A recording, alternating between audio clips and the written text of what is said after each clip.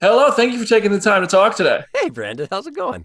It's great, man. Huge fan of so much of your work, so this is Thank awesome. you. Thank Thank you. you. First, I just want to say Wrecker in the Bad Batch is my guy. Yeah, Wrecker is my favorite character by I far. like him. I like him a lot. He's a lot of fun. You just made my day. This is amazing. But the group does have kind of like I'd say a pretty clear leader, who seems to be at the core of the arc and the mission they might be about to go on, which it seems like it's going to go in a lot of cool directions. From your perspective, what can you tell me about Hunter's arc and how the group reacts to this mission they're about to go on? Well, this very improvisational group of the Bad Batch is now asked to improvise on a level that's far more profound than they've ever been asked to, and so they're actually uniquely suited to be able to move through the tectonic changes that are happening in the aftermath of Order 66. Hunter is the leader of the group, and he's always more careful and thoughtful and even keel in what he has to respond to. On top of that, you've thrown this group of specialists, this outsider group of specialists. You've also thrown a new character in, this gal Omega, and they don't know exactly what her capacities or what her story is, and no one really wants to have a kid along along this, so it completely throws their dynamic up into the air, and they have to deal with that as well, which actually makes it a much more interesting story. I think it's not just a combat story or even a survival story. It's also a matter of how do we all get through this with a child. That adds stakes that really up the game of what's playing out in this really fraught moment in the Star Wars story. I can't wait to see where it goes. One thing I learned while I was preparing for this interview with you was the fact that you voiced Frog Lady and Frogman in The Mandalorian, and I think that's amazing. You created their sound. I mean, listen, if you're writing the story for them, what are they up to these days? I hope that Frogman and Frog Lady, they found themselves a nice little pond and just are having a very peaceful time, because it was they went through a very dramatic, fraught, process of trying to keep those eggs safe and not eaten. Yeah. And I wish them peace. I just wish them Yes. peace. Yes, same here, same here. My last question for you, because your resume, it's unending. I need a dozen pages just to print it in the smallest font. It's incredible. You've done so much incredible voice work, and we live in this era now of reboots and relaunches and these live action takes. Like today, I was writing about the Fairly Odd Parents live action, which Oh, they're doing that again? yes. I So didn't I would know. love to hear from you of everything you've done. Which is the one that you think should really never be touched for live action? The question has to be if the story can be fulfilled in the form that you're going to present it in. And if it has been presented in a perfect manner already, whether it's live action or an animation, why are you trying to redo this? Are you trying to make this better, or are you just trying to make more money? And sometimes maybe it's a matter of both, which is like that can be fine. But as far as what should not be touched, so then what is perfect? What is perfect? For me, the Avatar Airbender series on Nickelodeon, as well as Legend of Korra, those are perfect storytelling. I don't know. Apparently, they're doing live action, and then Mike and Brian are also going to do an animated version now as well. So, I mean, it really just depends on who's in charge and who's overseeing it, because it can be done. It can be done. It's just a matter of who's involved and how it comes together with the creative engine that's creating it. Yeah, Avatar's a tough one. Avatar was perfect, so that's tough. But It was to me. but to a lot of people, An old Dave Filoni project, by the way. yeah, a lot of people rightfully love that project. Well, Dee Bradley Baker, it is an absolute pleasure to speak with you. Thank you so much for the time. Your room is awesome, by the way. Thank you. I love my little Space Matrix booth. Well, thank you so much for the time, and I'll let you go on with your day. I can't wait to see more of the Bad Batch. Jennifer, I want to start with you because you're the head writer here, and the Star Wars world, it's so rich. There's so much to explore, and you tap into a pocket of the Star Wars timeline where there's room for the puzzle pieces to be developed even more. Why did you enjoy the post-Clone Wars era of the Star Wars timeline with the Bad Batch? Oh, a couple of reasons.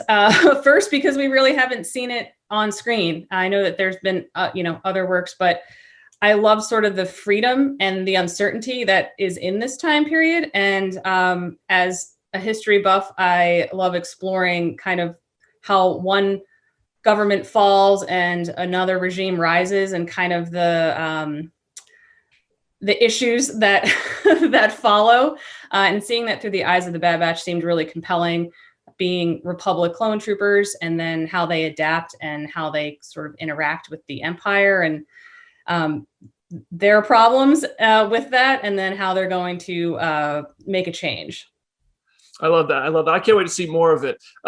Brad, was there a specific moment that stands out to you in the Clone Wars where the Clone Force 99 was first in there that stands out as like the moment that it was like, okay, we need more of this story. We need to see more of these characters in this series that is all their own? Yeah, I mean, they were initially conceived way back with Dave Filoni and George Lucas before the Clone Wars wrapped up the first time around. So it's always been, in the DNA of the Clone Wars. And famously, there were some story reels shown to fans at Celebration a few years back, and they were received really, really well. So it became a natural thing to put them in that final season of Clone Wars, which was really fun. Really fun just to watch that. And I think those characters as new characters, but that fans were familiar with, but that we could really dig into and learn more about on this show was a natural fit. Early on, I don't want to spoil anything. Early on in the series, there's enough of a story thread open for Jedi to play a role in the series. So I wanted to ask Jennifer, how influential are Jedi in the story of the Bad Batch? Well, I mean, it's the dark time for the Jedi right now. And as we've seen with Order 66 be executed, and we kind of, people already sort of know that story and know what happens to the Jedi and how it takes years for anyone to really, from the Order stand against the Empire. So I think it was sort of freeing to be able to continue the story of the clones, because it doesn't feel like their story was over just yet. And now that the Jedi are, in the Bad Batch's eyes, the Jedi are gone, and what that means for the galaxy moving forward, and what that means for them, because really that was the Republic. And not that they were very close to the Jedi, but they definitely brought order, and now everything has changed.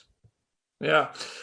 When the trailer first dropped for this, I think that was during the Investor Day. It was so cool. We saw Fennec Shand, who just rose to a new level of fame in The Mandalorian.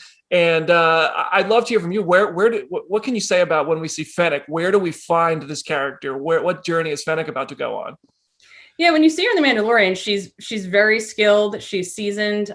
She's been around. And when you meet her in the Batch, she's in the early stages of her life as a bounty hunter. So it's kind of fascinating to have her be partnered in a sense in an episode with the Batch, where they're also in this beginning stage of a new era of their lives, and finding what their new purpose is and how they can survive while she's kind of making a name for herself as a bounty hunter. So it's definitely fun to play around with her in this world. So I'm going to toss this one to whoever's brave enough to answer it, because segueing off of Fennec being involved, as the Star Wars world continues to develop on Disney Plus through live action and through animation, how much will the events of the Bad Batch inform, whether it's the events or the characters or anything of the lore that we're also seeing in The Mandalorian and the Book of Boba Fett, kind of as you just touched on, Jennifer? So, I mean, really the lame answers, we can't talk too much about that, but it's exciting what the possibilities are, the kind of, the type of characters, the specific characters that are alive and kicking around during the time period of the Bad Batch is really awesome. Like Fennec, like other characters that we won't mention that we will likely see some familiar faces. And we also have fun introducing brand new characters you haven't seen before, that we feel really close to, and we think the fans are going to dig as well. So yeah, we get into all that stuff. Oh, I can't wait to see where you're taking this. You get me fired up. This is for both of you because I was in that virtual press conference this morning and I heard you both sharing your praise for Dave Filoni. I'd love if you could both give me one thing, whether it's a bit about character development or just Star Wars lore or anything in between, something that you learned from Dave Filoni that you kind of take with you whenever you're working on anything Star Wars related. Or it could just be something to touch about filmmaking in general. Really, there's so many. I mean, this could go on for a while. He's a smart guy. He's so awesome. When he tells me all the time, he tells both of us all the time. But he's really drilled into me over the years to keep it simple, and that's pretty much it. Full stop. And that has a lot of different ramifications and meanings. But it is really clear. It is really key that the clarity of the stories are there, that the action is clear, that the emotions are clear. So it's great advice. I always hate getting asked this question because everyone always says, "What's the one thing?" And I'm like, the one thing. I know. I can't pick that.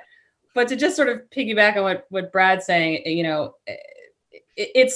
I remember him saying, if you can't relate what you're saying in this episode to the real world, then you shouldn't be telling this story because, even though you're dealing with Star Wars, it needs to be grounded in some sort of reality. Otherwise, you're just, playing in a place that you shouldn't. So I feel like that's how we're keeping it true to what Star Wars really is. Yes, perfect. And I'll end it with this for both of you. Which episode are you most excited for the fans to get their eyes on?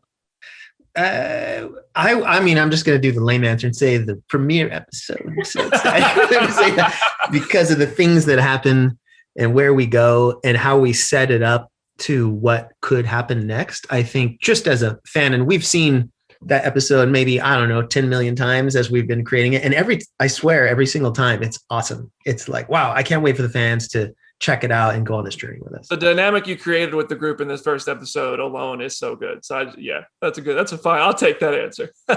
I'll go the exact opposite and say finale. That's good. Okay, we're bookending it. I love that. Well, listen, I can't keep you any longer. They're going to kick me out of here. I got to run. Thank you so much, Brad and Jennifer, for the time, and congratulations on the launch of The Bad Batch. I can't wait to see more. Thank you so much. Thanks a lot.